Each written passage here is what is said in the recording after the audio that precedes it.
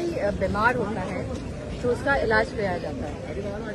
तो कहीं ना कहीं बच्चे ये बताने आए थे, संसद भवन तक उनका मार्च इसीलिए था कि वो सरकार को बताना चाहते थे कि आपका सिस्टम एक तरीके से बीमार पड़ गया है, काम नहीं कर रहा है ढंग से, उनके हितों के बारे में नहीं सोच रहा है। और वहीं उन मासूम बच्चों को इतनी लाठियां खानी पड़ी, इतने डंडे खाने पड़े, और जो अत्याचार उनके साथ हुआ, बेटियों के कपड़े फाड़े गए, इलेक्ट्रिक शॉक दिए गए, सीधे आप उनके लोअर बॉडी में प्रहार करने से जो कानून कहता है कि आपको पैरों पे मारना चाहिए, अगर मारना ही अगर कोई उग्र हो रहा है, लेकिन आपने उनकी छाती में डंडे मारे, उनके सर फोड़ दिए। तो मैं समझती हूँ इतनी निर्मम सरकार है ये, और इनके इतना बच्चों ने आंसू बहाए हैं।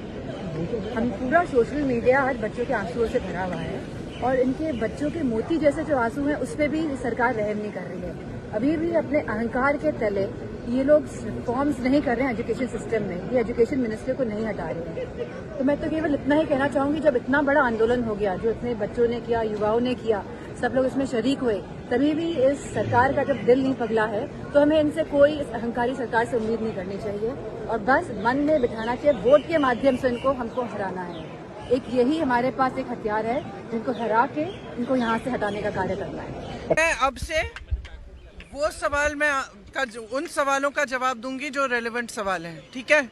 आप इस सरकार के जाल में फंसे हुए हैं, आप हमेशा वही पूछते हैं जो ये सरकार पूछवाना चाहती है, ठीक है। हर बार उनसे पूछिए, उनके मंत्री निकल रहे हैं ना, प्रधानमंत्री जी आए ही नहीं है सदन में। इतनी बड़ी मतलब इतना बड़ा आंदोलन चल रहा है, पूरा देश का यूथ बाहर है, प्रधानमंत्री जी सदन में नहीं आए हैं, और आप मेरे से पूछ रहे हो कि सदन क्यों नहीं चल रहे हैं।